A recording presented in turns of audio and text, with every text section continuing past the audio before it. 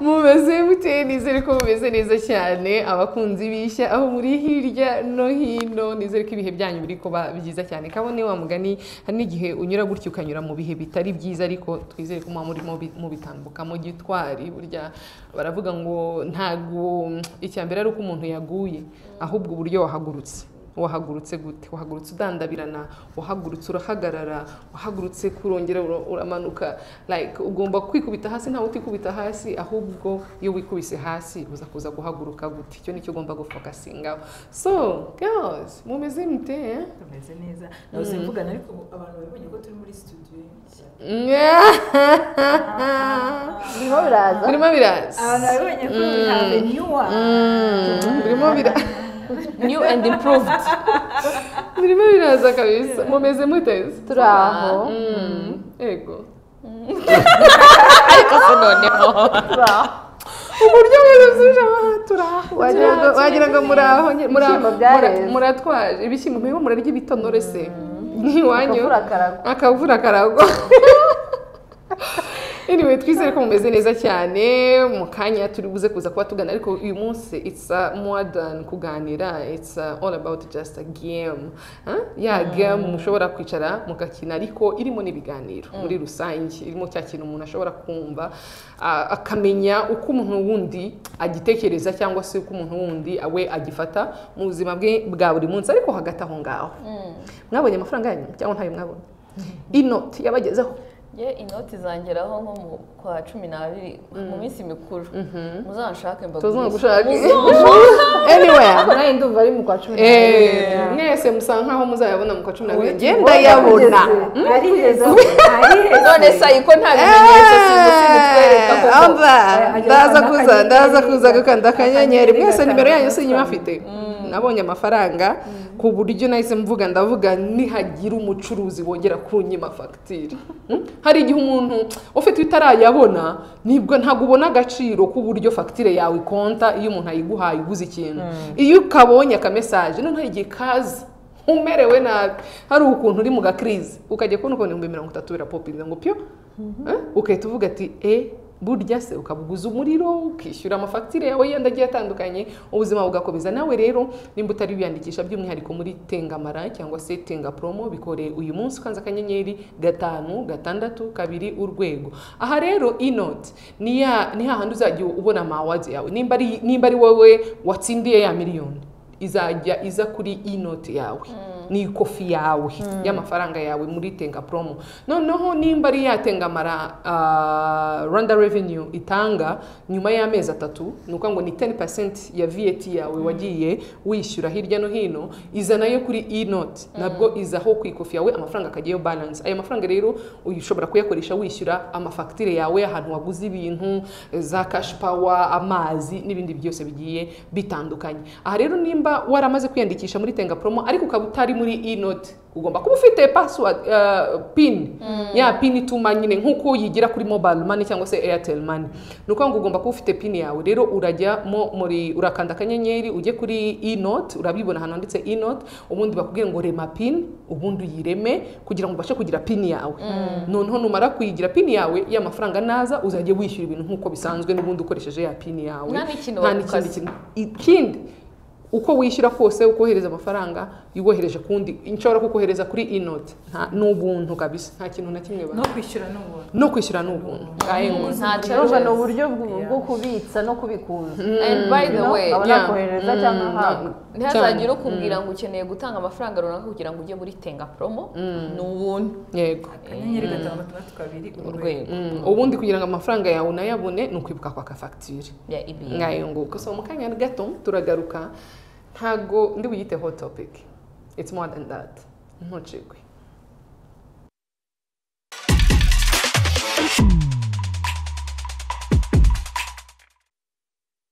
ntago mufite amatsiko umva byari ariko yadusereje tumaze iminsi ikintu gisekeje ni ukuntu nangaga ko mwese mukora hano nari ndimo ntugendana ntushyira hariya noneho naterekaga nkabona Michelle arakuriye nka bose nk'uyu nashyira hano kuri nkabona yakora kubera iki mu nkururire ibyanjye so this is my game terms and conditions apply so nuko ngo hano mfite utuntu tubiri hari kano hari naka so harimo ibibazo bitandukanye hano ibibazo navuga ko biri seriye ibi ngibi biri fun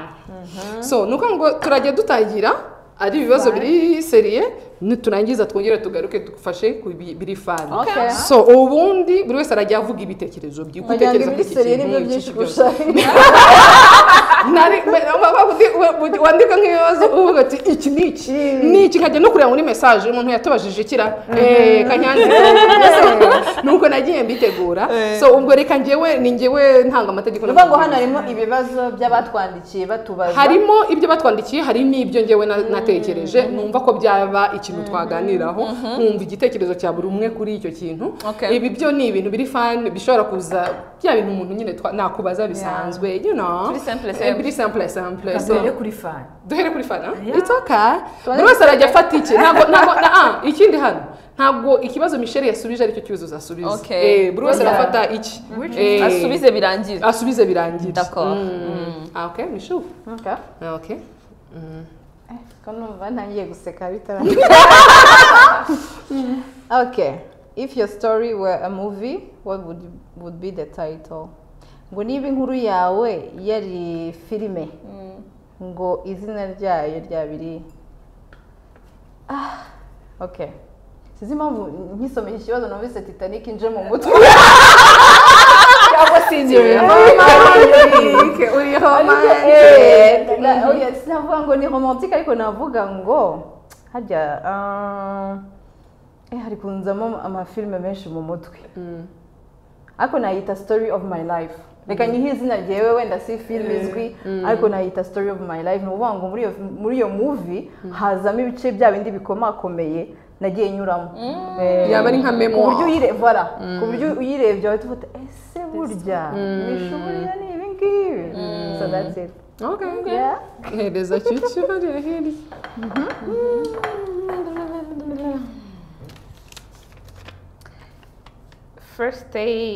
first to say I love you or other no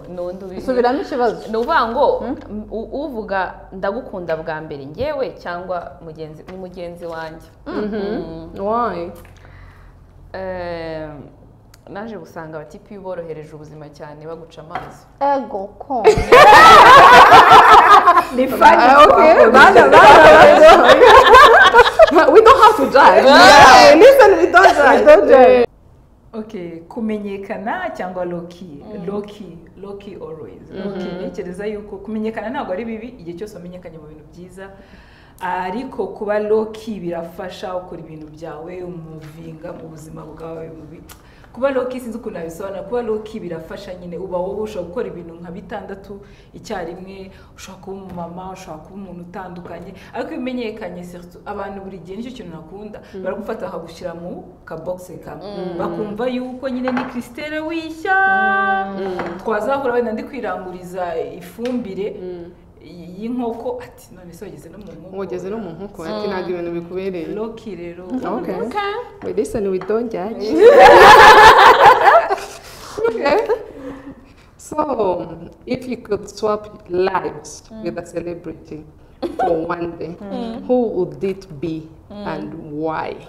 Kinyarwanda so uramutse ufashe ubuzima bwawe akakanya ukabugurana n'undi muntu uzwi cyane ku isi uwo muntu yaba ari nde kandi kubera iki yaba ari uwo muntu okay banze numve yaba ari nka Trump nicyo nanjye kuvuga nashaka kuyobora Amerika nkumva uburyo bimera byibura umunsi umwe kuyobora abanyamerika nkurikije uburyo mbazi kuyobora igihugu kiri powerful ku isi no kumenya system uburyo ishobora kumaze amagana n'amagana nkareba uburyo ibintu bikora so naba Trump n'uburyo no kuvuga uburyo ndi busubize public uburyo ndi bubeho ubuzima bwanjye uburyo ndi bwitware mu buryo buri politique la diplomatie no mu buzima busanzwe ibyo bintu bigenda gute umuntu uyoboye igihugu nka kiriya nuko nta comment turi gushyiraho let's move so here we go ubwo fan zirashize fan oya ziracyahari ariko reka tujye hano tugiye muri serious ufata gute influencers muri iyi minsi ngewe mbafata yuko bagira uruhare mu kuba bahindura imyumvire y'abantu kuko usanga hari ukuntu tujya dufata aba influencers cyangwa se aba bantu bazwi kuri social media tukabashyira muri negative way ariko hari abazwiho kumenyekanisha ibintu tutari tuzi tukabimenya tukagerageza ibintu kubera ko twabonye abandi babigerageza bigakunda natwe tukabyigiraho ariko usanga nubwo hari abo beza bisa nkaho ababi aribo baganje ku buryo usanga uyu munsi bisaba kwitwararika noneho no mu isi igezweho ya AI ntukimenya ngo ibikiri ukuri ni ibiki ibitari byo ni ibiki cyane ko n'aba influencers badusangiza ibyiza bashaka kwerekana ntitumenye mu by'ukuri babayeho bate iyo influence yagira uruhe mumaro ababakurikira usanga rimwe na rimwe kubera ko batwereka ibyiza natwe dushaka guhora tubaho mu bintu byiza kandi ubuzima butwereka ko hari ibyiza n'ibibi hari ibyiza n'ibibi ku buryo iyo ugeze mu bintu bibi hari ubwo wishinja ukumva ntacyo umaze ukumva kubera ko uriya yakweretse ko byose tuva bien wowe ntabwo uragira hahandi ariko iyo aba influencers batweregaga n'inzira binyuramo kugira ngo bagere aho bari uyu munsi nibaza ko ibigaragara uyu munsi abantu bagira gutya bagafata ibiyobyabwenge abiyahura bagira gute bajya bigarura bakavuga bati kanaka niba yarabinyuzemo ngewe kuki ntabinyuramo so usanga icyo kintu gisa nkaho kibabaje navuga ngo niba ufite umu influencer ukurikira ntukarebe ibyo akwereka gusa gerageza unarebe ngo ni muntu ki behind ibyo akwereka aho ngaho bizagufasha nawe kumenya uko ujyana ubuzima bwawe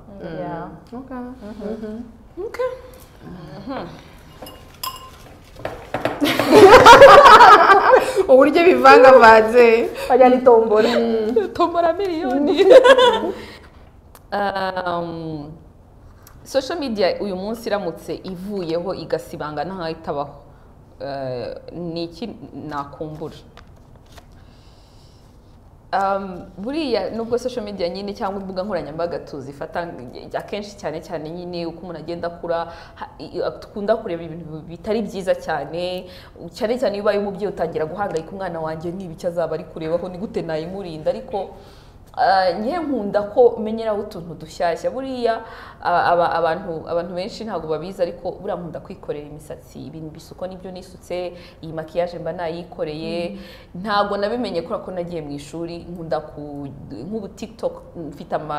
n'amavideo asevinze y'ibi yo kubekinga kuko nkunda gukora udukeke ejo bundi nakoze confiture kubera byo guteka cyangwa akantu ukuntu umuntu akamanika hari ukuntu social media ituma nyine ibintu utamera nkaho uri wenyine cyangwa uri isole bigatuma wiga utuntu dushya ngiye ndiga cyane nkunda kureba utuntu turi fan buriya ahantu nkundira guseka ni muri comments ziri fan kurusha n'ibintu byose nari umuntu yigeze kubona avuga ngo nanga ko abantu bari fan ya Dan nanga ukuntu abantu bazi bagira jokes kundusha nanjye hari umuntu utera blague muri comment ngavuga se nk'iki kintu agikuye biransetsa rero cyane buriya nakumbura utuntu turi fan turiho kuko hari ukuntu nyine bituma umunsi wawe ugenda neza nkanjye nyine kubera ko nonsa biramsunika kuko umwana ashobora kumara ku ibere nk'iminota 30 utabuja yisinzire ntimuri buganire nta n'undi muntu muri buvugane ariko nkanjye iyo ndi kuri Zoom cyangwa ndi mu nama n'abandi cyangwa ndi kuri video cyangwa ndi kureba ikiganiro ntagakanguka as long as ari njye ariho so TikTok irantunze reka mfate ikiri hafi wigeze wicuza relationship wagiyemo and why okay very good question ntekereza ko njya ngira ikintu twese no kubivuga mu kiganiro ntabwo njya nicuza ibintu icyo kintu ni ikintu nize amasesiyo ya therapy menshi nakoze ntabwo nicuza ikintu ko nagikoze kuko nari mfite ubwo bwenge icyo gihe nuba ngo package nari mfite knowledge nari mfite niyo ahubwo icyo nigamo no kureba nkuramo iki ngiye nigamo iki naho kwicuza yaba good or not ntabwo njya kuvuga ngo mana narabigenjeje gute ntabwo nari equipped ntabwo nari mfite your knowledge ahubwo yaba relationship yaba ari friendship ibintu byose nyine bitagiye n'akazi n'ibiki byose buri gihe ndavuga nti nize mwiki Okay. Good one. Okay. Here you go, Aisa. Ask yourself. Ni iki sosiyete ifata nkaho ari normal ariko really kitari normal? a lot Ni kuna mbeti ngoye se kompo ni ibintu byose. Okay, sosiyete ubwo ndahera ku yo ndimo. Sosiyete nyarwanda iraburingana ikabigira nkaho biri normal. Umuntu akaba yakuburinga dore uko kibyibushye dore uko kigize utari we kumva ni ibintu bisanzwe nta nubwo byakubabaza. Sometimes hari igihe umuntu bamubwira bari kumuburinga ukuntu abyibushye cyangwa ukuntu yagize ute ukabona abantu bose bari kubona biri nomo ibintu bari kumubwira ariko mu by'ukuri wenda kuri njyewe nkumva bitari nomo n'uburyo babibwiyemo abantu. Ikindi ntuza yacu nayo buriya kandi kantu dugira nomo katari nomo buriya nagakira oya nako kamagambo abantu babwirana sometimes kumva bitari appropriate.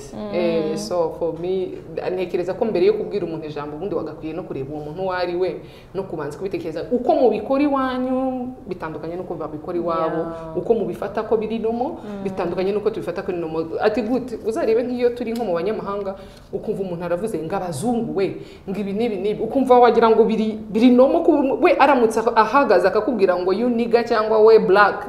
wabifata gute. So rero hari amwe mu magambo societe yacu igira tubwira abantu mu buryo butari appropriate kandi twumva ari ibintu biri normal. twagiye fani twakoresheje se oya tujya tuvanga.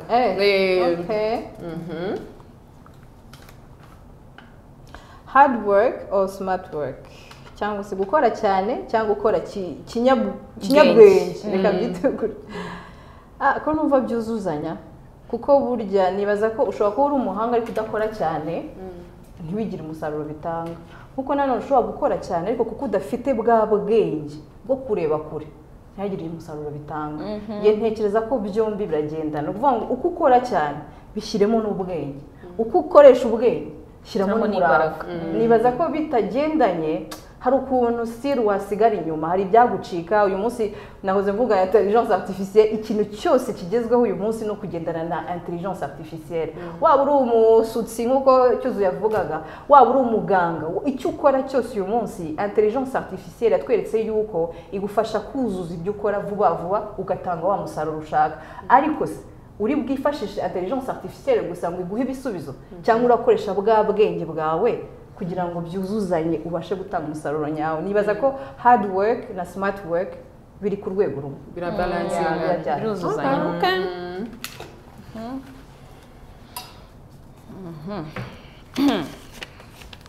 Ni iki kintu cyaba cyarigeze kukuriza ko ari byinshi nyawo ahubwo ni iki giheruka kukuriza ubu se ni iki giheruka kundizara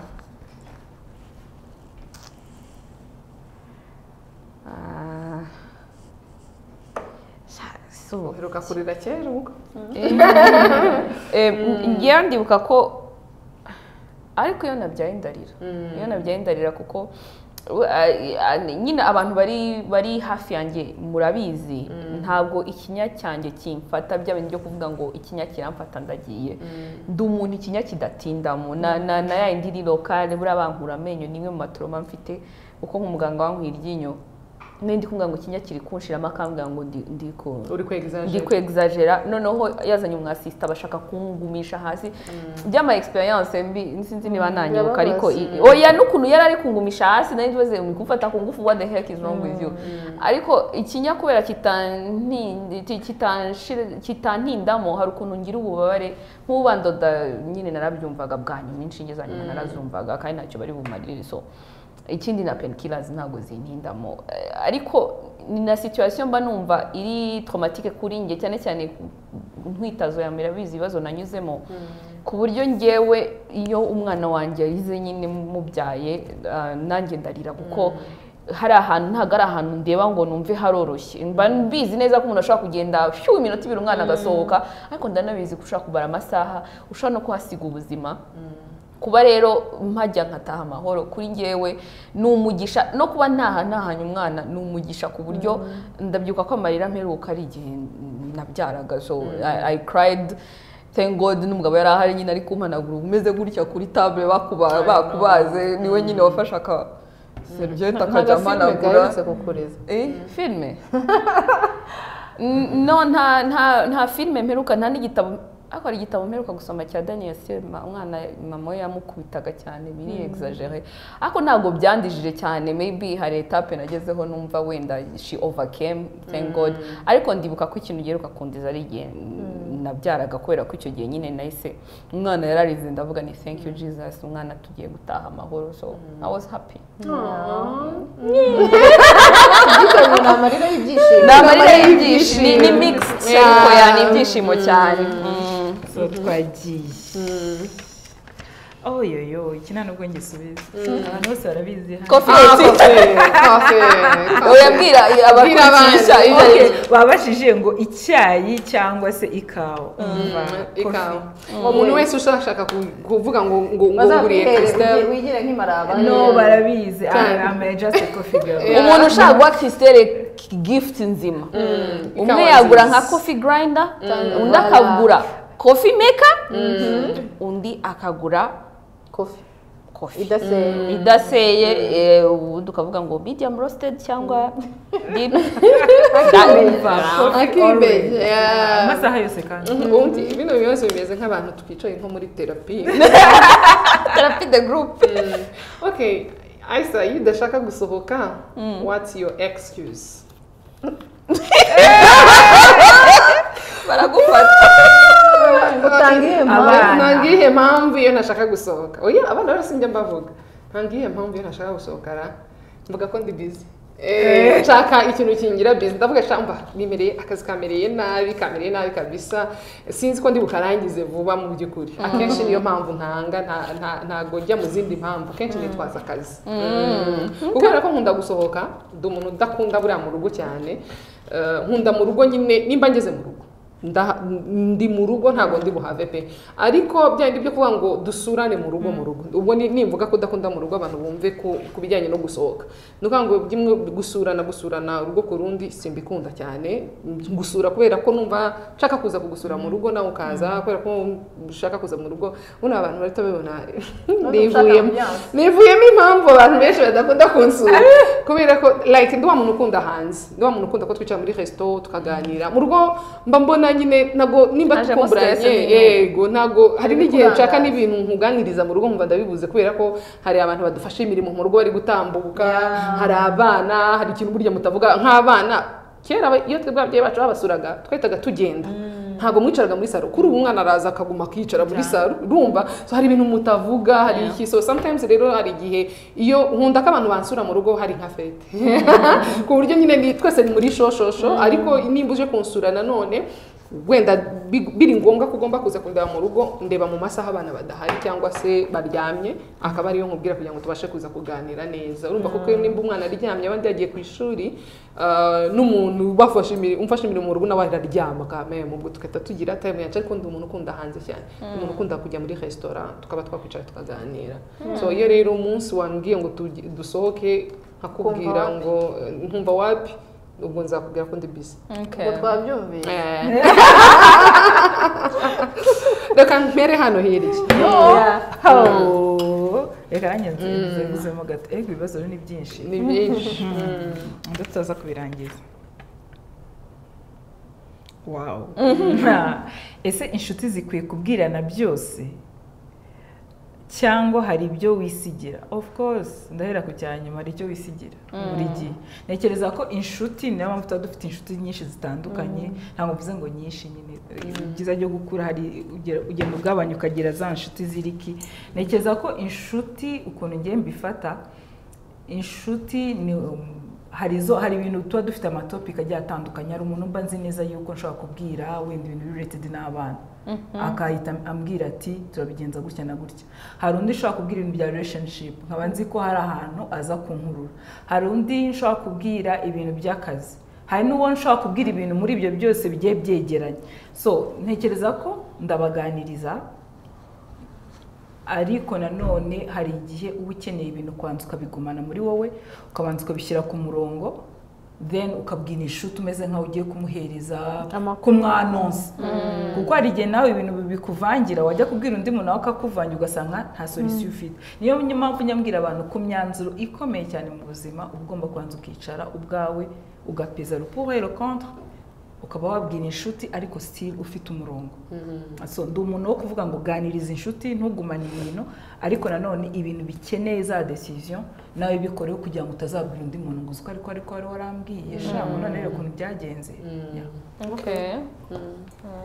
Tugiye kugenda gutya. Okay. Urukundo rwo kuri rubaho cyangwa ni illusion nyine bya bindi uvuga ngo umuntu ni inzozi cyangwa yego urukundo rwo kuri rubaho. Icyambere nk'umubyeyi nzi ko nkunda abana banjye cyane ku rwego rwo hejuru. Nabapfira ariko babereyeho mbere ya byose nyine ngomba gukora ibishoboka byose kugira ngo bagire umubyeyi nyine version yanjye nziza ishoboka ibaho. Urwo rukundo rwonyine rw'umubyeyi ku mwana ndabizi ko ndufite kandi rurenze ukwemera, nzi ko n'ababyeyi benshi murarufite n'abandi benshi. So urwo rukundo rubaho. Noneho n'urukundo buriya nkunda muri case yanjye umugabo wanjye ndamukunda cyane, ndamukunda ku rwego rwo hejuru. Ni inshuti yanjye magara, ni umuntu mwiza, ni umwana mwiza, ariko nanjye mubera umwana mwiza. Ndabizi ko icyo mugomba nk'umugore we ndagikora kandi ngikora mbyishimiye kubera ko mukunda. Ntabwo ari icyangura, ntabwo ari ukuvuga ngo ntabikora gutya ndapfuye cyangwa arankubita cyangwa ntabwo mbikora nk'inshingano, mbikora nishimye kandi ntabwo numva binanije. Iyo mvuze ngo reka mukorere coffee, it's because I know he's going to have a good day.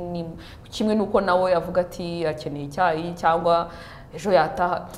Nyine urukundo rurahari kubera ko ni ibintu ntago ari ibintu nihingamo, nzi neza ko ariko bimeze. Ikindi buri urukundo rw'inshuti, friendship, ukudukundana, ukumukundana n'inshuti zanyu narwo ruba ruhari. Niba abantu bagusunika n'yandi ubona nyine umuntu akubereye umuvandimwe mudafite isano y'amaraso. Nge rero urukundo ndubona muri izo version zose uko ari eshatu, kandi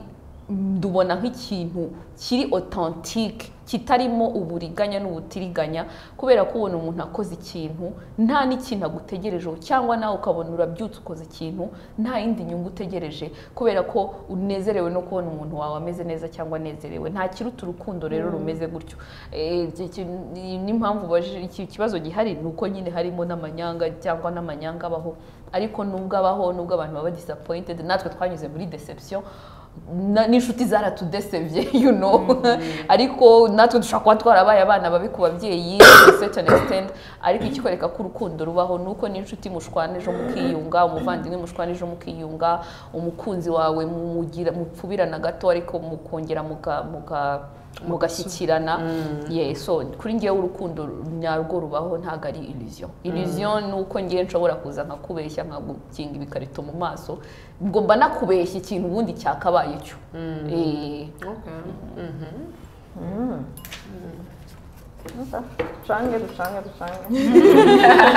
Change ikarita.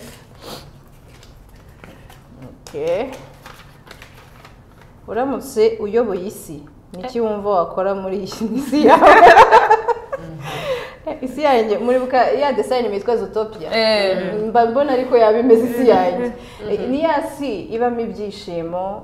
itabamo uburiganya, ni yasi buri wese yakumva angana n'undi. Iyo si rero ntibaho nyine urumva c'est une utopie, ariko nibaza ko ariyo nayobora.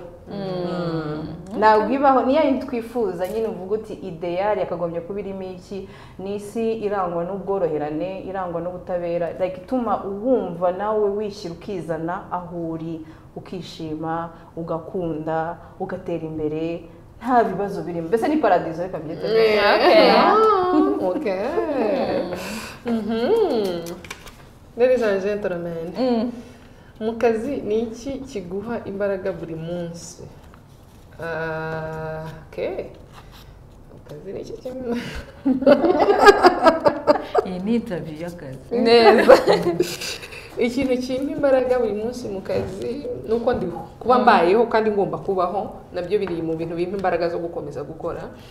Ikindi burya nanone iyo ufite timu nziza nabyo biguha imbaraga, iyo ukorera muri environment nziza ahantu ubyuka ukavuga ati ngiye ku kazi ukumva wishimiye kujya ku kazi, ubwo nabyo biri mu bintu bimpa imbaraga. Ariko environment burya ntabwo ari intebe, ntabwo ari amameza, ahubwo ni abantu bahari. So nabyo biri mu bintu bimpa imbaraga mbona ndi kumwe n'abantu bashaka kuba successful. turagenda cyangwa Ni wowe njyewe nari mvuyeho hano. ni Christelle wabanje Ni Christelle wabanje ni hano mana we. Byo bintu birakomeye maraye. Oh wow, romantic dinner or home movie night? Ah. Can I choose both? Can I choose both? Oh, mvuze both kubera iki ndi umuntu ukunda amadina ariko ya madina nyine ya kare kubyo ewana mugasangira mugataha kare nyine ibintu bikiryoshye abantu baratangira gusinzira urajya muri dini ukabona ko umuntu atagiye gukubita agatwe mpamvu lunch ndazikunda somehow so nayo ndayikunda home movie night yes sometimes for a good movie ni sawa ariko ntibirambirana home movie night hari abantu babifata kubera ko iyo movie night somehow cyane cyane ngo ndikuvuga nko mu makapozi hari ukuntu yorohera igitsina gabo kuyitegura investment aba ari gake cyane azi movie si gifite Netflix twabura icyo turya bwicare ngenekereza ko both cyambuze rwose kimwe n'ababeshyi okay tugiye kuri fan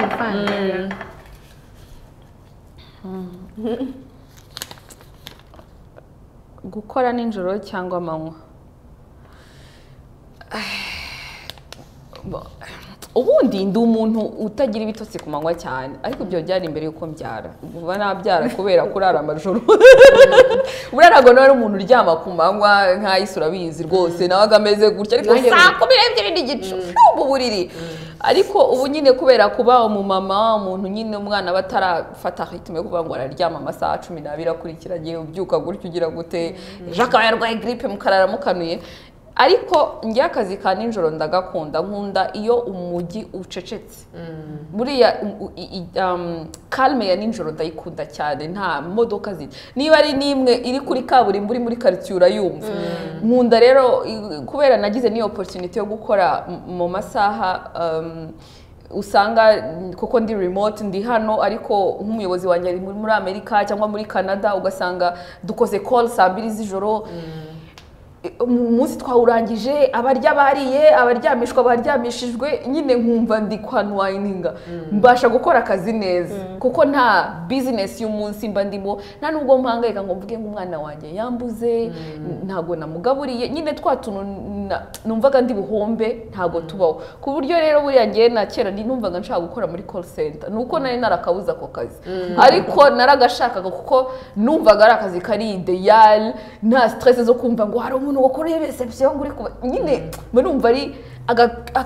aka monde keza kari calme katarimo stress. Ubundi ukagenda you go on with your day ukabakora izindi gahunda, ariko umunsi wawe utabaye stuck runaka. So nkunda akazi ka nimugoroba,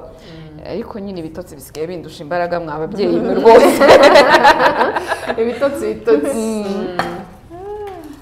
Bide wakazi ka nijoro ngo kasajisha vuba. Ariko se niyo masaha yo kuryama ubundi. Ni red flag wirengagije ku muntu. nyinshi cyangwa kuri nyinshi. Wirengagije ku muntu amadarapo yo kuri nation ni kuri iyo. Ariko nabangamije da iyo nirengagije. Ngiye buriya ndi umuntu ukubona kure. Ukituruka hariya nkaba nabona ko ufite n'akantu katameze neza, ufite ukuntu sensinga nyine ikintu kitameze neza, haba cyane cyane mu nshuti zanjye no mu twakundanye. so ntago nyinirengagiza ngewe red flag ndayumva of course nshobora kuyumva bitinze ariko ngiraho nk'abana ariko subundi bishe uri kurwana n'iki bakubintu so nta ku giti dore nta iri specific ariko iyi ngiyi uvuze ngo ni iyihe ni kwa kundi usanga uvoma mu kitagize mu gitobotsi reka ngite gutyo kwa kundi ubona uri gushyiramo imbaraga urabizi neza abakobwa nibo baratudraga sibyo abasore twakundanye baratudraza igihe nta mutipe nzi nkirukansi inyuma so ugasanga umuntu wafashe umwanya wo kukudraga kukumenya ibyo ukunda ibyo wanga bikageraho noneho watangiye kumuha wese uwo uri we ariko ukabona noneho hatangiye guporinga ntuza ari umuntu niba ari mama sinzi umuntu wabimbwiye ngo urukundo ngo biba bimeze nk'icupa urari icupa rya primus ngo umukobwa ngo iyo tugitangira gukundana wowe ukiri hahandi kugasongera ushyiramo duke umuha duke we ari hariya hasi yumva urukundo rwose yaruguha naguha isi naguha ukwezi noneho ntimukundanye rya cupa rikicurika ubwo wowe usigaye uri wa wundi noneho uri gushaka urukundo rwose umutipe ari hahandi icupa ritangirira so naje gusanga koko iyo urebye amahorasiyo menshi ni nabyo cyuzuye yavuze avuga abahungu tuba twifuza ko baduha ukifuza yuko ari we ushyiramo ingufu noneho wazanamuha urwo rukundo bigasigara ari balanced like handi ubona arashyiramo ingufu nawe ushyiramo ingufu mukuzuzanya iyo rero utangiye kubona ari wowe uri gushyiramo ingufu nyinshi niba ari n'umukobwa uri kudukurikira uzi ko ariko bimeze va ku bintu kuko umutipe ugushaka umva n'amezi 6 nabwo banza nyagize menshi abazi icyo ashaka kuri wowe Ishare ya dupri haleluya okay umuntu kukurya sini bigutwara iki abantu benshi aka kantu barakanga bigutwaye iki umuntu akuriye sini for me nta kintu bintwara rwose ndavuga icya mbere nuko message yayibonye kubera ko nanjye nijya sini so naba ngiye kubeshya mvuze ko bimbabaza naba ngiye kubeshya gusa ndabivuga kame message yayibonye bura ntagashaka kunsubiza at the end of the day gusa iyo ari nkeka hari message yajya biryana iyo ugujije nk'umuntu amafaranga akakwihorera cyangwa se uri kumwishyuza bigutera umujinya kubera ko uri kumwishyuza ukabona arayisomye arakwihoreye kandi uzi ko yayakwatsa atakamba noneho kandi kwishyuza birafuna buriya kugira ngo message y'umuntu uri kukwishyuza iba yamuvurinye kugira ngo ayikwandikire nuko ngo nawe icyo kintu ayo mafaranga bayashaka noneho kumurya sini ibyo bintu birababaza ariko nge nta kintu bintwara ndagapfa kuba wayibonye n'ubu yafite uyame n'utayabuye afite nta kintu bimbwiye nge kurya sini nta kintu na kimwe bintwara kubera ko I know I do it nanjye hari igihe umuntu anyandikira ibintu nkumva ntabwo mfite ikintu cyo kumusubiza nkamwihorera nka nyuma y'iminsi n'amezi ashobora kunyuramo nkayibuka ko ari ikintu ntigeze ngusubiza so rero niyo mpamvu nanjye ubwo ndabyoroshye undi muntu andiye sini kuko nzi ko nanjye mbikora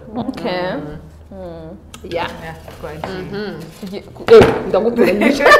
oya nta kibazo bigahita bifata mbega ikibazo cyiza ufata ute imyemerere y'amadini ese uyitwaramo ute wala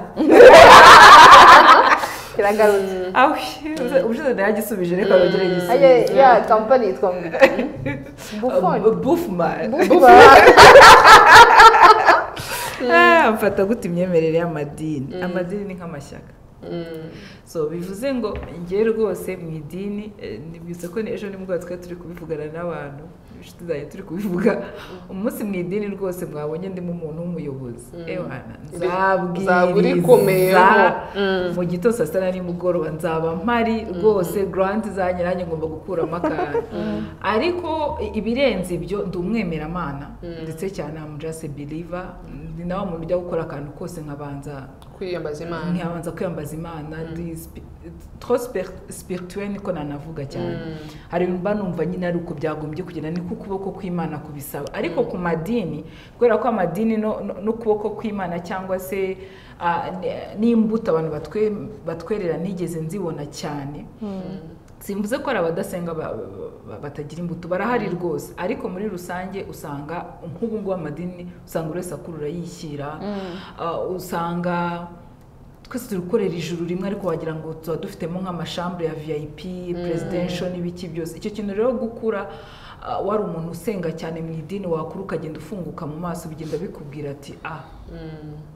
hari ba prudente ku buryo mbere mvuga nta kintu mu bintu bishobora kuntandukanya n'umuntu yaba ari inshuti yaba ari iki ikintu cyitwa idini ntabwo kizabamo ikintu cyitwa ubwoko ntabwo kizabamo ikintu cyitwa nationalite ntabwo kizabamo ikintu cyitwa uruhu rw'umuntu ntabwo kizabamo ni ibintu ntaba numva n'impamvu turi kurwana ndashaka kugira ngo nshyiremo akantu ko dukora bajyaga batubwira idini ya Islam nta muntu twajyaga tujya kuryano mu bamizirima batetse ipirawu kuko twabaga ari ikintu tutarya mu rugo cyane ukayirya nyinshi na bya birungo ukabyimbina wagera mu rugo ati ni amadayimoni babyitaga harya ngo bagiraga amajini ukavuga ngo Abayisilamu ngo bafite amajini kuba twabyimbye inda ngo twarengo no kubera amajini birungo twatekaga nuko ari ibirungo no kurya umuceri mwinshi cyane ubu rero nakuze maze kugenda ndeba amadini ndavuga se rya dini batubwiraga ubundi ikibazo kiri wagenda umuntu yatabaruka ukareba ukuntu wamuherekeza mu minota 2 kandi bifite sens ndajya kugura ubundi cercueil ndajya kugura cercueil ya miliyoni 10 kubera icyo n'amakaro mukagura cercueil ya miliyoni 10 mugashyira amakaro abana bagasigara mu muhanda ndajya kuzana kamera nyuma iyo tumaze gufata ziriya video dufatira kuri cimetière ninde ujya kuzireba ndajya kugura indabo z'ibihumbi 500 bifite raisonnement nke Crystal avuze biragize uziko like I know ko abantu twese dufata video ariko ntago ndabona gusubira inyuma cyangwa ngo mpamagare ikizo mbwe ngo nzaza turebe ya video nta kintu kimwe aya ma t-shirt twandika umuntu yapfe tugashyiraho nyuma tuyambara he ntekereza yuko ubu ngubu nibwo rero rya dini wakuze wanga nawe utazi impamvu waryangaga nta raisonnement meretse kujya no mu bafunze bahita gufunga indobo ndeba ceremony yabo n'ibintu umunani yari ari kwigisha umushe yari ahari byari ibintu biraho byumvikana ntabwo ari ibintu byo mu kirere akakubwira ngo ntabwo twebwe ngo dushinyane umukobwa n'umuhungu ahubwo famille y'umuhungu y'umukobwa kuko ariyo iba ifite y'amaso yo kujya kureba ese wowe musaza we wemeye ko tumushyingira uyu muntu waramurebye uramuzi waramukoze numva ni imiryango yahuye ntabwo ari abantu babiri mu giti cyabo so nkavuga ya madini rya dini nakuze ntinya numva yuko arimo amagini iyo mfunguye amaso bivuze ngo hari ikintu cyiza nakunda n'ukuntu bavuga inkwano ibintu byo kujya guhishahisha ngo mwamukoye inka ntayihari muri Islam nimba ari miliyoni 3 z'inkwano barazivuga bakazandika no muri certificate so bivuze rero ko imaze gukura ukamufasha ku ideni iyo bavuze hari n'umuntu noza yigishaga umunani aravuga ati urugo ntabwo ari gereza n'ubwa mbere najyana umuntu akigisha ko urwo atari gereza abandi bose barakubwira ngo ni ukubana akaramata yagukuramo ijisho yagukuramo iki ntekereza yuko rero igihe cyose amadini utangiye kubona yuko ni abantu bari guharanira inyungu zabo ariko still harimo icyiza kirimo ubasha kwanariza ukavuga ati protestant iyo bigishije aha ndafashwa katolike bafite ibingibi ariko simba umufunga nguni so niyo mpamvu rero amadini ariandi tukareba n'ukuntu amadini yaje byo ni za conquête nk'ibindi byinshi okay ninde ni wowe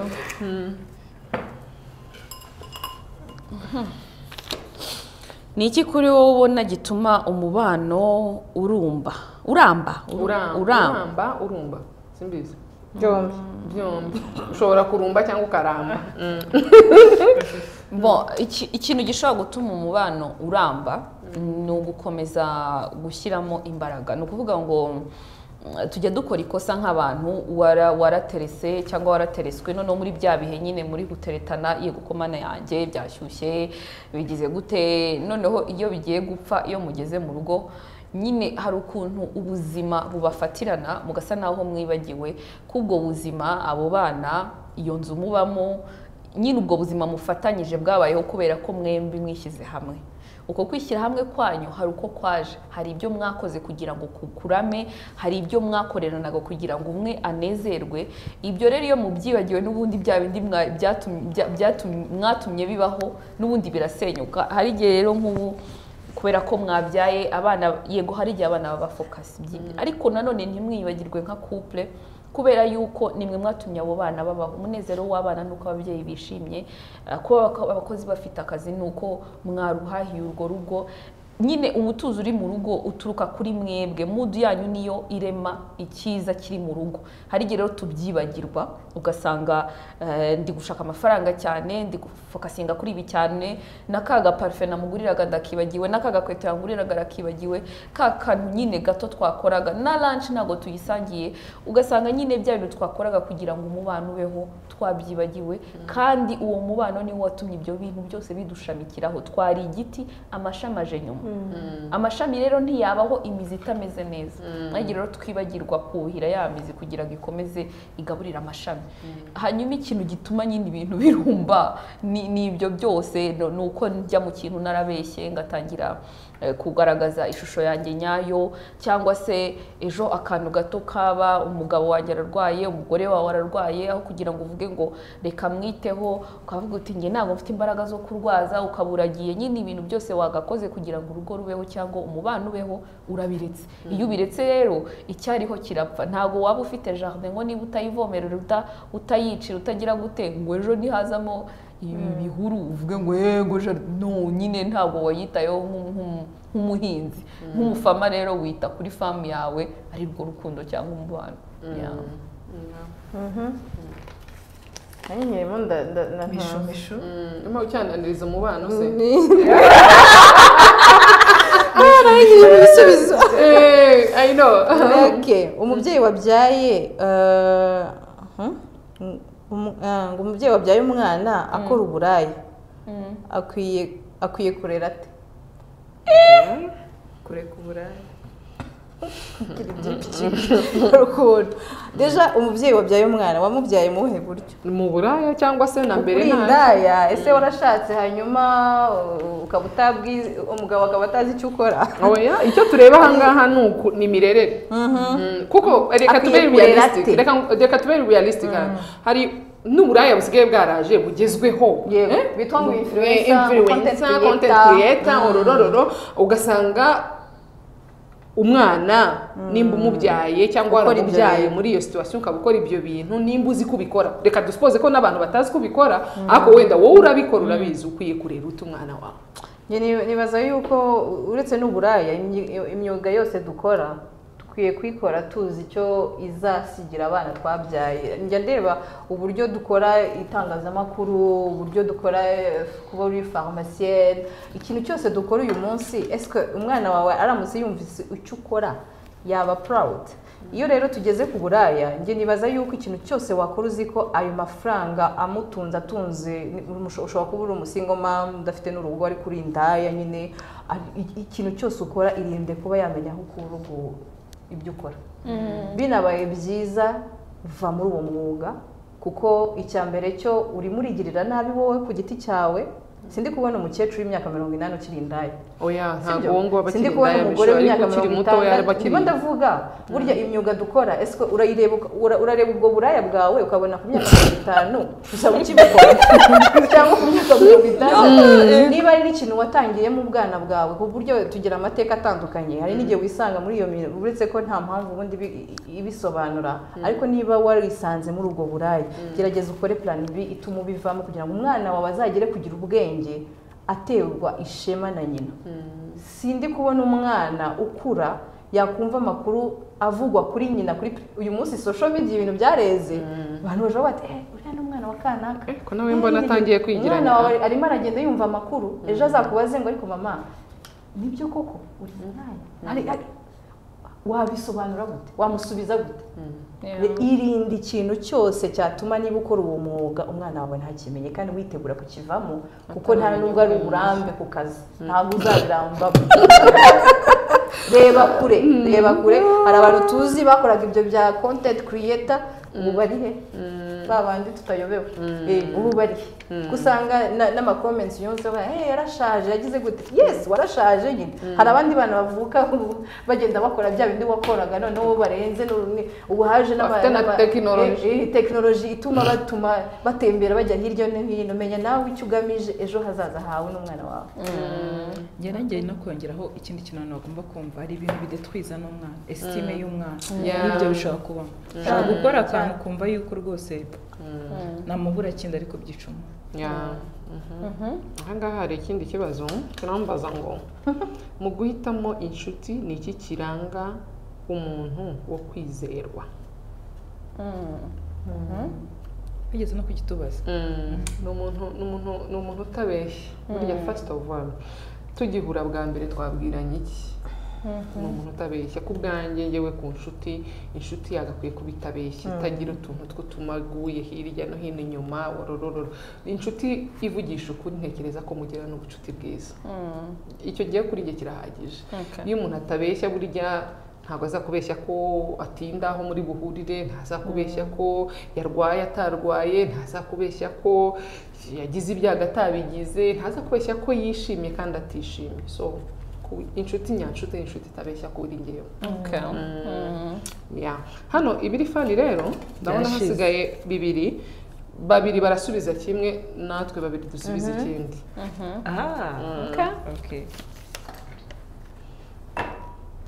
Ni irihe jambo ukunda kuvuga cyane? Ukwema amazina y'abana kuko ntekereza ko nshobora kuba mama inshuro 50 ku munsi. Umubyeyi niko bameze, uhamagara umwana runaka uyakuyemo nkunda kuvuga merci. Ni ijambo ndibuka ko umwe mu bantu ku kazi umusuperviseur wanjye nigeze kumbwira ngo uvuga merci cyane, akantu kose ukora uvuga merci barari kuvuga ngo swat warezwe n'ababyeyi baba dictator bamuntu kumbwira ngo ikintu cyose vuga merci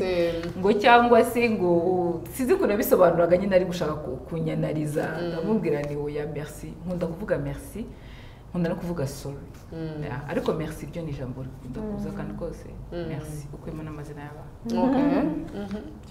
Cyo actually Christelle turahuye cyane kuko ndabikunda nanjye, ariko ikindi kintu nkunda kuvuga ngo Kristo we ndabikunda yasi nyine akantu kose ntanga yego Kristo we mwana yanjye yego. icyacu hano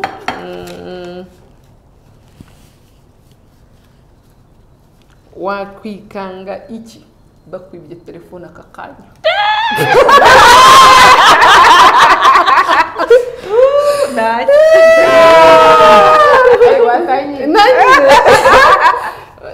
ngewe ku bwanjye nta kintu kiba muri telefone yanjye kidasanzwe.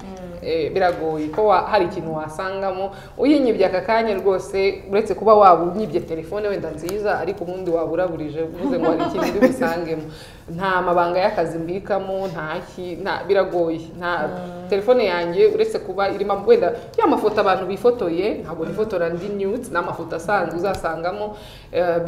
bya biganiro bya WhatsApp. nta biganiro biri seriye cyane burya nshobora kuba ngira kuri WhatsApp. ibyo wasangamo byari ibiganiro bisanzwe, buri muntu wese n'ikiganiro kikamemo ndashobora kumenya ibyo cyuzuzo yambwiye. nakwikanga wenda amabanga y'abandi, ariko nabwo ntago ari yayandi ahambaye, kuko mu nshuti zanjye murabizi ko tutajya tuvugana ngo call cyangwa biragoye. akenshi iyo dufite ibintu tugomba kuvugana turahura tukicara ahantu tukabivuga. biragoye ko wasangaho ngo ibanga rihambaye rya cyuzuzo, ibanga rihambaye rya Michelle, ibanga rihambaye rya Christelle cyangwa n'abandi. oya for me take it right now. oya it's expensive madam. batagira uyitwara cyane. nta kintu nakwikanga kiri special, ahubwo ni kwa kundi uvuga ngo niki ntazongera kubona muri ya telefone. hari igihe uvuga ngo uretse bya bindi twavuganye, ya mafoto nafashe, hari ibitagaruka kwa surtout hari igihe uba ufite nka cloud yuzuye, cyangwa ufite ukuntu wabitse ibintu ariko utibuka ngo wabishyize hehe. nta bintu bihambaye ngewe numva abaye nubwo twara nyine ngo nzashaka cyane byawe. nta bihambaye. biranagoye no kugira ngo dutunge telefone zirimo ibindi bintu kubera dufite abana. kuko telefone arayifata, umwana arayifata anytime. ushobora gusanga rero umuntu ngo wohereje ngo twa nude, wajya kubona ukabona mukabyara. urabona abana nkatwe aho bageze bafite inshuti baravugana, afata telefone yanjye no kwandikirana. ngewe nabonye ibintu aba yandikirana n'abandi icyongereza kimomoye cyiza cyane, bakabwirana amakuru, what are you doing, I'm doing this, yesterday it was this and this and this, wambabaje buriya wanze kunsapotinga ku ishuri. nyine baraganira cya kiganiro ubona cy'abantu nyine. so imagine bakanoherezanya n'amafoto nyine we wenda akahita avuga ati you know I'm just sitting here imagine rero yohereje akohereza ifoto mana yanjye babyeyi nimba uzi ko ufite abana jya wirinda ufite tureke yawe bya bindi urabona bino amavideo wazaga agacaracara ireka kuyifungurira cyangwa ukayifungura warangiza ukayirekera muri telefone iyi website oya za video abantu bashare ngo kanaka ngo mwamubonye ibiki byose bishe tuvana wisi ndazifite ubwo zisiba oya ziragera ku rwego rya bareba bagasanga zaturutse muri WhatsApp yego amategeko ntabwo ikibazo ni maye uyiguyeho arafunguye nibyo byandi nakubwiraga amafoto ramushikiwe sibyo noneho amafoto ramushikiwe haje ya video ngo pi ari agiye kumwereka yewe ya njyewe hari n'akantu ngira ko kuba ntago yaba ari snap yaba ari WhatsApp ikintu cyose mfunguye ntago kijya muri galeri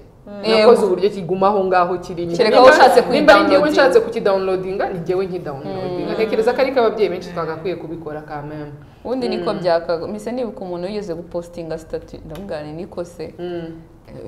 ntago yari statut mbi ariko nari muzi ko ibintu bya statut atabikunda ahita amamagara ati ni umuhungu wanjye post ngaho imagine yasa kubitaho iyo bo ibaze rero hise ukubitaho oya nibyigeze kuba ari umutante wanjye umwe twari twicaye ngiye kubona mukuru nyirumva n'umutante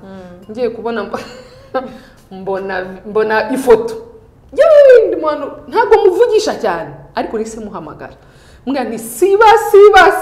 urabona kwa kundi afite kwa kundi ushaka kuba ufite umuparteneri wawe umugabo we akorera kure ariko ntabwo yari iteye isoni ariko iteye isoni ku mutante kwa kundi yambaye nk'akayisuni gutya mu mabere ukabona nyine wenda bari kuvugana ya screenshot irifata wenda barimo bavugana noneho sinzi ukuntu nagiye kubona mbona stati ya tante kuri stati ya mama ndavuga no siba sibyo ariko wenda maybe hari n'abandi babibonye so rero sometimes utuntu nk'utwo ntabwo wagakwiye kudukipinga nawe ubwawe accidentally ushobora kucishiduka ya video igiye hanze bakoherereje kubera ko ubona ko kundi ushyiri kuri stati ikintu utabyiteguraga okay tusanga nkawe mishu niwo postinze ya video y'ejo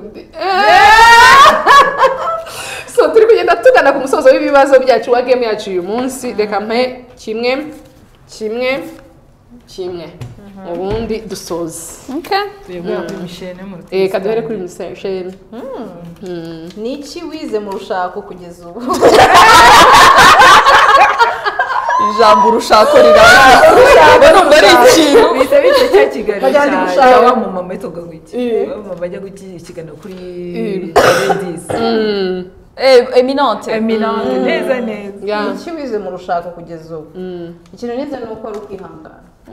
ukwihangana harimo koroherana kuko hari igihe nk'ubu ngubu nkanjye hari igihe mashaka ikintu umva uko ngifite mu mutwe nkumva niko kigomba kugenda nize rero kwihangana no kumva yuko tutameze kimwe na David nkamenya ko hari uburyo ateye ngomba kumworohera nanjye akiga kunyorohera kubera uko nteye nibaza ko harimo icyo kintu cyo kuvuga ngo ni buriya mariage twa dufite akantu mu rugo kuri ntuze ko akunda bari nk'agatablo kanditseho ngo le mariage c'est la patience le partage et le pardon uvuga ngo gushaka ni ukwihangana ni ugusangira no gusaba imbabazi ibyo cyane cyane ku gusaba imbabazi nibaza ko ari akazi gakomeye cyane surtout iyo uri umuntu ugira fierté ukumva icyo kintu ni wowe wagikoze kandi wemye kandi ntabwo uri kwicuza mu gihe mugenzi wawe cyamubabaje icyo ni ikintu ngenda niga ngewe gahoro kuko hari ukuntu mufite ako kantu ko kuba tetu nanjye nkabana nabikoze mbishaka par exemple niba ari gusohoka nkumva nashaka gusohoka n'inshuti zanjye ariko bakambwira ati no kubera icyo utari wabimbwiye so nkiga kumenya gusaba imbabazi no guca bugufi ni ikintu ngewe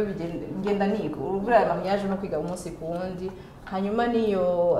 partage ukamenya gukominika na mugenzi wawe ukiga kumubwira na bya bindi wumva utari kumva worohewe kuba wabivuga ariko ukavuga uti uyu muntu tubana umunsi ku wundi akwiriye kumenya ibyiza n'ibibi byanjye bimurakaze bimubabaza ariko mbimubwire kuko atabimenye ejo niwe byagiramo ingaruka nawe kubera ko nabikoze so yeah isomo meza kabisa abantu barabizi ko nkunda guseka ariko mu by'ukuri mba nize thank you Mishu kuko imazemo igihe kinini kundusha ntekereza ko hari byinshi uba wigira ku nshuti zawe buriya ni kimwe mu bintu buriya uko inshuti zawe zubatse hari ibyiza wiga hari ibyo ukuraho hari no kwa kwihangana nanjye ndi umwe mu bantu gusaba imbabazi bigora ariko nanjye ntekereza ko nagiye numva ngomba kwiga ko nimba wakosheje you have gusaba imbabazi urumva uri umukobwa uri umwana namye ntasaba imbabazi sinajya nsaba imbabazi washaka no kunkubita ukanyica kabisa abantu habe ariko ngeze muri za relationship cyangwa se mariage nzi ko gusaba imbabazi mba wakosheje ntago byorohera wowe gusa binatuma na wa muntu wundi yumva na wahawe agaciro kuba yabonye ko wakoze ikosa akabikubwira gutyo n'igihe urikora ubutaha ntari kubwire kubera ko aziko n'ubundi yabikubwiye nta kintu bimaze niwe so rero ntekereza ko iyo usabye imbabazi niyo ubutaha wongeye kumukosereza yikubwira ko wamukosereje. So is popularity the new version of power today? Yes, kind of. mu kinyarwanda kwamamara bisa nkaho ariyo version nshyashya ni uburyo bushya bwo kupawa mu kinyarwanda kugira ububasha kuri ubu ngubu ntekereza ko bisa nkaho ari byo kuko n'umuntu hari igihe yamamara ugasanga twamugize umuntu ukomeye cyane mu bugoryi so rero ntekereza ko kuri ubu hamwe n'imbuga nkoranyambaga na social media dutiza umurindi iyi popularity itiza umurindi n'ubugoryi n'ibintu bitari ngombwa n'ibintu bidafututse bitagakwiye kuba bifite ububasha kuri societe muri rusange ariko nanone ikaba n'indi ntwaro ku bantu bafite ibyo bakora which is good kuri ubu ngubu nimba ukoze ikintu cyiza kikamenyekana abantu bose bamenya ko ukora ikintu cyiza bikaba bwabubasha bwo gutuma intego zawe uzigeraho niyo urebye muri politiki hirya no hino ku isi buri muntu wese buri muyobozi buri nanjye kwanga umutegetsi ko mu by'ukuri n'ubuyobozi buri muyobozi aharanira ko byibura n'ibyo akora bigaragara kandi nanone gufungurira amarembo bikaguha ububasha bwo gufungurirwa amarembo n'ahandi so ntekereza rero ko kwamamara by'umwihariko ari mu byiza biba byiza kurushaho ni ububasha bwiza ariko nanone reka twe kwirengagiza ko kwamamara mu bibi nayo ari iyindi power ishobora kwinfluence ikindi gice cy'abantu twagiye ya nyuma ngo inshuti yawe magara iramutse isabye akazi izi neza ko wasabye wakora iki wabifata ute mugasaba ka kazi mwembi uvuga ngo ngiye ndakubwiye ngo naraplayinze wenda muri NGO ndayikubwiye nawe ukahita ugenda ugahita waplayinga wabyakira no icyambere nategeza ko iyo nshuti yanjye magara byaba bivuze yuko nubwo ari magara ari umuntu ushobora kuba ugira jalousie ni umuntu ugira ikintu bita ishyari kandi ishyari ritari ryiza kubera ko umuntu w'inshuti yawe magara ni umuntu ugusapotinga ahubwo ni wa muntu ushaka kuvuga ubwo waplayinze hariya waje CV wayikoze gute cyangwa se mbere yo kuaplayinga nyoza CV nkurebe ufite interview gute ngwino coaching so nicyo ntekereza ko n'inshuti zagombye kuba ziri mu buzima bwacu kudusapotinga kugira ngo tugere kuri bya bintu so hari inshuti rero hari wita umuntu ngo n'inshuti yawe magara nyemugo zagusanga ni wa muntu ufitiye ishyari binabaho mugasanga mwari mumeze gutya igihe hatangiye kuzamo akantu gatoya cyane cy'uko wari uri kujya imbere cyangwa se abona hari potentiel tufite ugasanga kugira ishyari so icyo gihe icyo mbifata mbona nyine inshuti y'urwego irimo nawe ngatangira kuyifata mu rwego rwayo uyishyira mu gatebo igomba kujyamo oya ngenda mu gakeya ni ngo muri cercle hari umuntu uri close kuri nuwayo kuri kakantu hari ujya kuri line ya kabiri ya gatatu ugenda umenya aho ugomba kugenda umuplace ufite uhise unyibutsa hari umuntu umwe nzi mu minsi yashize baramuhamagaye ahantu ku kazi ariko inshuti irahakora like nkuko bampamagara none bamuhamagara kuri position iri hejuru y'inshuti yikora agomba no kuhembwa amafaranga menshi ariko inshuti ikaba yarigeze kumuganiriza imubwira ko nayo ishaka iyo position bisanzwe ambwira ati ku kazi wacu ziko kanaka yagiye ati none ndimo ndakora ibishoboka byose kugira ngo iriya position nzayibone ariko management yindi iza kuza maybe hari uwamurekomanze wundi irekomanda wa muntu kuko bazi ko ibyo bintu abishoboye I swear yanze kujya kuri ako kazi kubera ko inshuti ye ishaka iyo position nayo avuga ati ntago ndi kwibona ngiye kuyobora inshuti yanjye magara kandi yaranambwiye ko hari iyi diferanse position y'uko ayishaka. wenda iyo ataba abishaka byari kuba nta kibazo ariko kuba yarambwiye ngo ndabishaka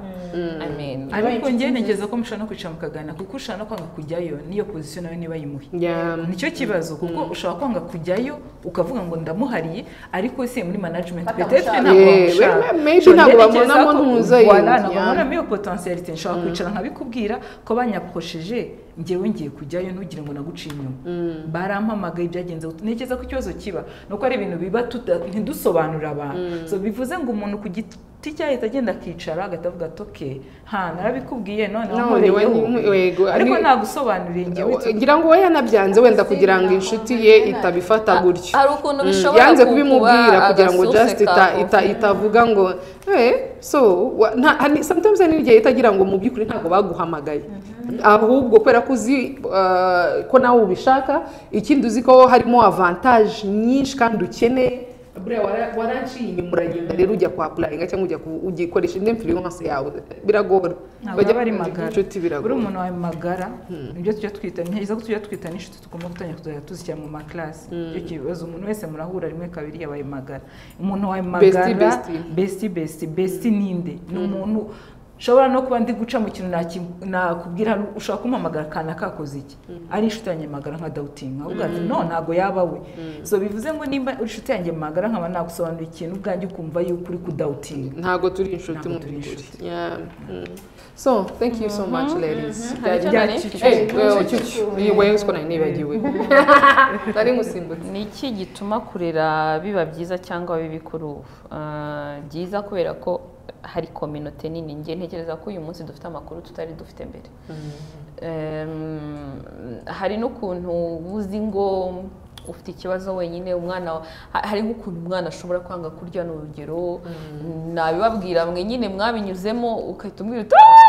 kumwe murirukanga inzu yose ariko nkabona umwana wawe uyu munsi ararya akavuga ni okay wakoresheje iyihe tip n'ibiki ugasanga hari ukuntu ni community isa naho niyo mwaba mutagendana cyangwa atari umuntu wawe hari udutips twinshi tugenda tubona mu bitabo kuri internet umuntu atabaga afite n'abaganga bafite ubumenyi uyu munsi burenze ubwo bari bafite icyo gihe ngira ngo uyu munsi wenda kurera birasa naho harimo utuntu twinshi turi positive dufashije ikitari cyiza mu kurera uyu munsi nuko nanone kimwe n'ibindi hari umuntu bijyamo atazi ibyo ashaka cyangwa kuri njyewe atagakwiye kujya kuba umubyeyi atari tayari cyangwa atarigeze abishaka akabikora kubera pressure ya societe cyangwa kugira ngo yitwe ngo afite umwana nawe ugasanga ntabwo yakagombye kuba umubyeyi burya areramo burya kompara umwana we n'abandi nyine ugasanga arashaka kuba umubyeyi w'ifoto cyangwa ni umubyeyi uri abusive umubyeyi uhuza umwana we kuri internet avuga ubusa n'ibiki byose biriya bintu simbikunda yamwambitse bikini yamushyize kuri internet ntimuzi AI ibintu bayikoresha bari abana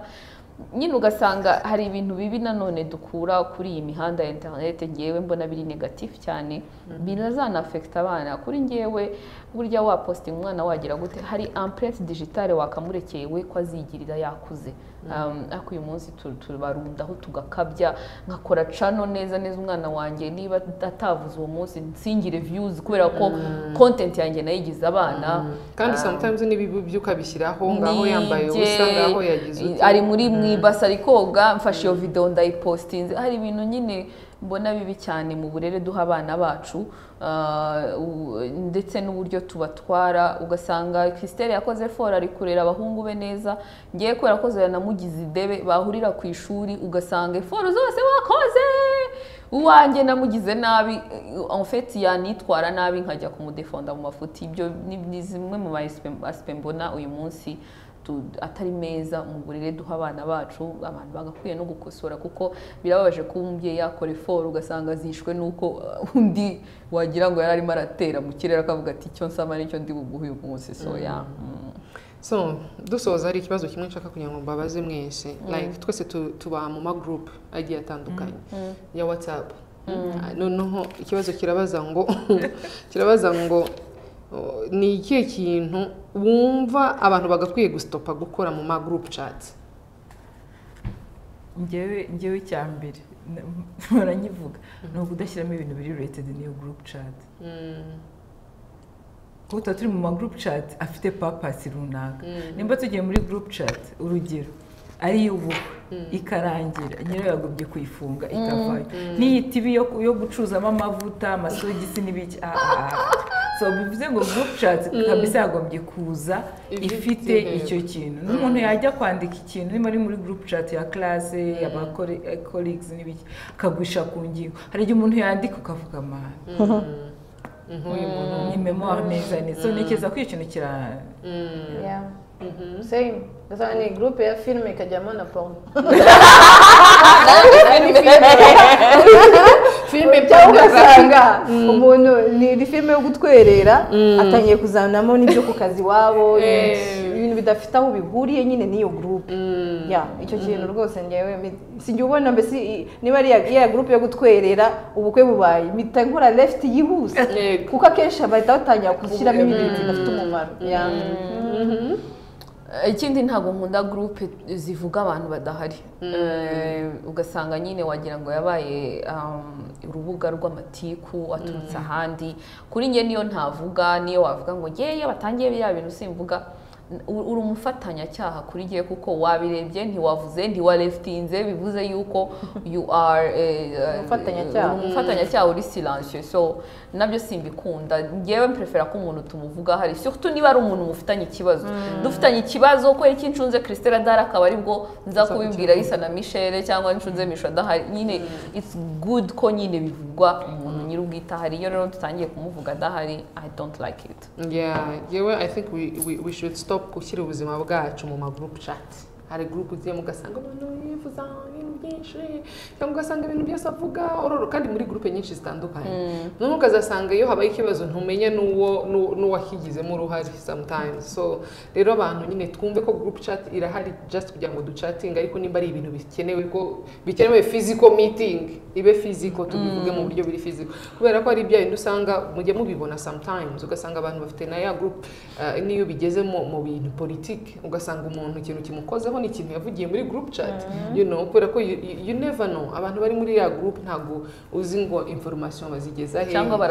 se barashwana bigende gute nimushwana se bwo biraza kugenda gute so ntekereza ko ibintu biri personal kenshi byagakwiye kuba physical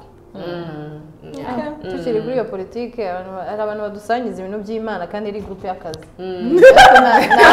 muri groupe kugira ngo umubwirize aho wabikuye nanjye nabihakura kuki wumva ko indirimbo ya gospel cyangwa iryo jambo ry'Imana ntabwo twese d'abord twemera Imana kimwe hari abatanayemera so ugomba kumenya icyo groupe yabayeho cyari ki cyangwa se ugasanga tureke n'iryo jambo ry'Imana ugasanga buri kantu kose abonye n'udushaje utuntu twabonye muri rimwe ukabona umuntu akazanye nk'aho ari gashyashya muri groupe tubigabanye tumenye ko nyine group chat yagakwiye gukorwa icyo yashingiwe ibindi rwose ubu stress abantu kabisa nimbuzi kubikora so girls mwakoze cyane that was the game and it was fun nakunze n'ibitekerezo byanyu ntekereza ko abantu benshi bagiye bumva ibitekerezo byanyu kuri bitandukanye narinzi nayigiye kugira ngo nanjye so ubwo naho ubutaha ishya nakagaruka ibi ni kwa kundi tuba tubona topic nyinshi cyane dushobora kuvuga ariko tukumva ko yakavuzwe no mu kibazo kimwe gusa harimo n'ibyo batubajije bidakwiye ko tubiganiraho isaha yose ariko ingingo imwe ahubwo buri umuntu umwe uko icyo kintu agitekerezaho ntekereza ko nawe iyo ukivanze namwe muri comment muze kuza kuduha ibibazo twagiye dusubiza wowe ubitekerezaho iki ubundi dukomeze tugire ibiganiro byiza cyane mwakoze cyane ishya nakagaruka bye bye